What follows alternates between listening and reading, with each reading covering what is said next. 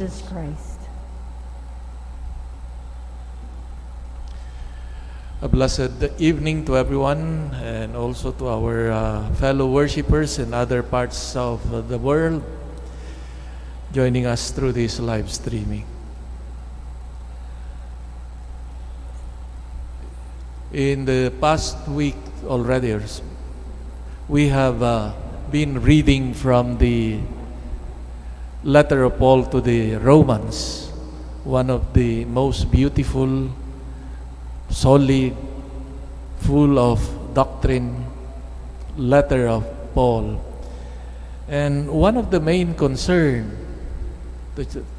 of this letter is to present what would be the image, the meaning of being saved by Jesus Christ, and what does this implies, how one is saved by Jesus Christ, etc. And we've been seeing this important letter, reading from this important letter of Paul. And today, for example, tries to present to us the issue of suffering in the midst of being saved already by Jesus Christ.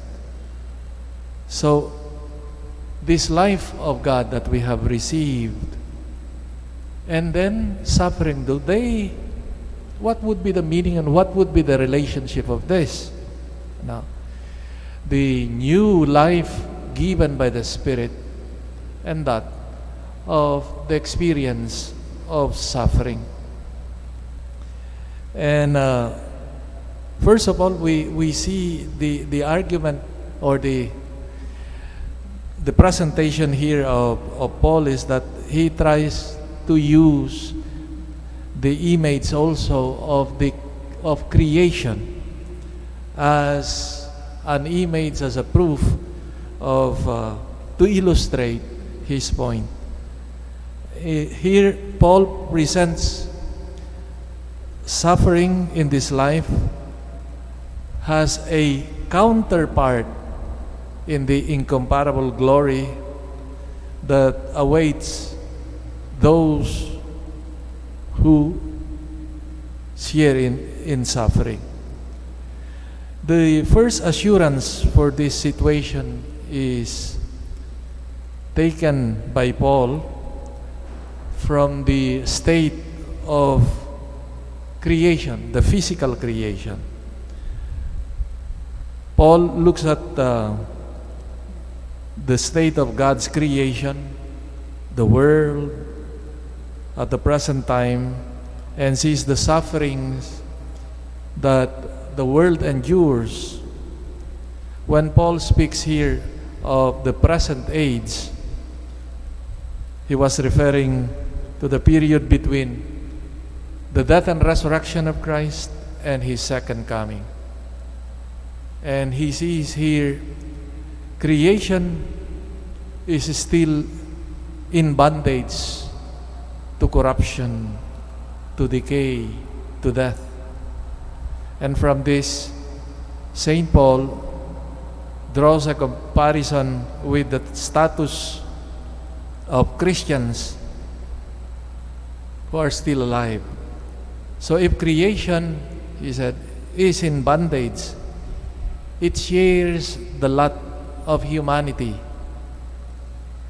but it has been subjected to such state of misery, but with hope for liberation, hope for liberation from decay, from death, from corruption. So, Christians, therefore, who share this suffering are weighed down by trials of earthly life, eagerly awaits the redemption of the body and the liberation of such conditions. This is the glorious destiny to which the saved follower of Christ, the Christian, is called that life of fullness. Now, one of the bases of such view of Paul, according to the experts of the Bible, is that he took this image, the experience, or from the story of creation, Genesis chapter 3 and chapter 5, where the earth was cursed because of Adam's transgressions.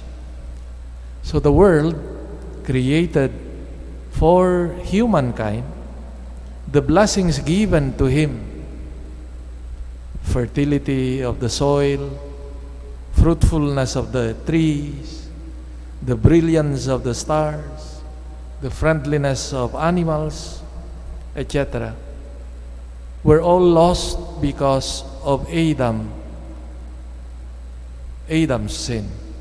So, through Adam, according to Paul, came not only sin and death, but also the bondage and decay and slavery and corruption, which affect not only humankind, but also of the material creation. So, with the coming of Christ, therefore, the redemption, it is not limited anymore to human beings either, but the entire material world, material creation included in this redemption. The world creation is still groaning in suffering and desiring so much of that redemption. For the redemption by Christ is expected to affect not only the human beings, but all the material and physical creation. So creation itself too will eventually be freed from the bondage of decay. Not just the moral corruption, but also the reign of dissolution, of death, found in the material creation.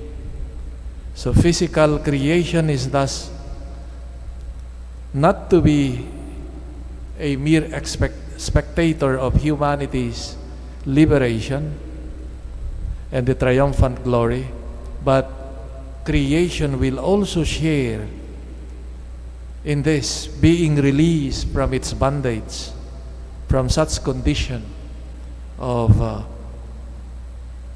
powerlessness, lack of beauty, lack of vitality, perishability,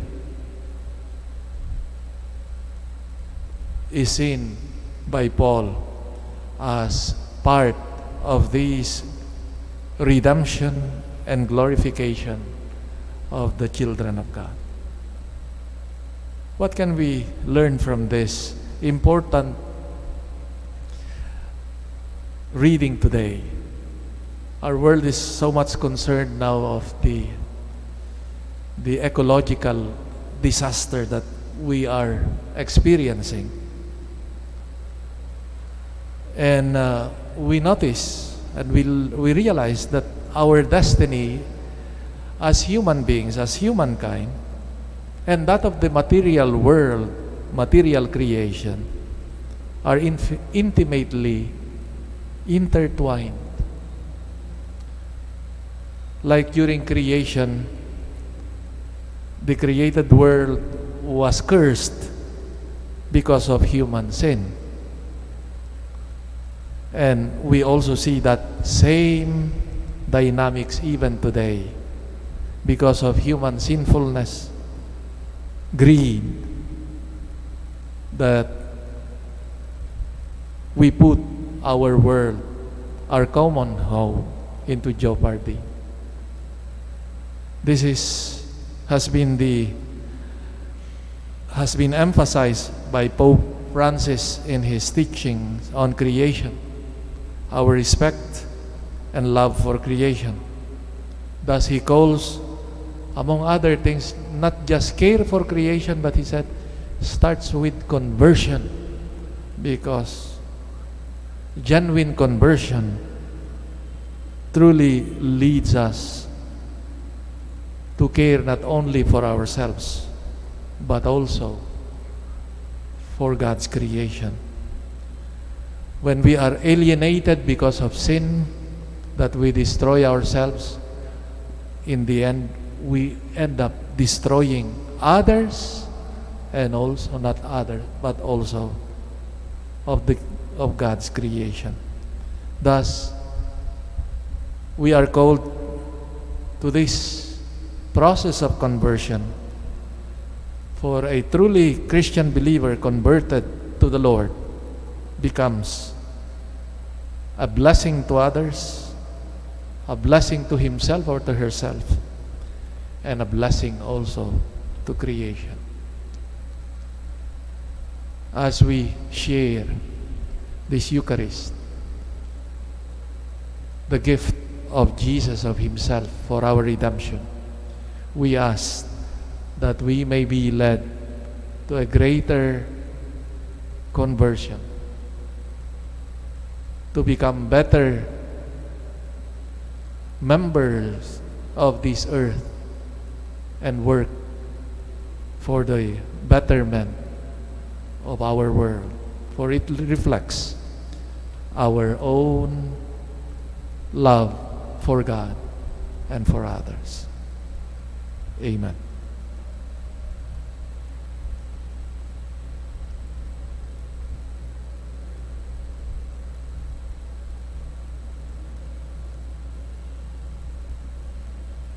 Please rise. Like a great tree with flourishing branches,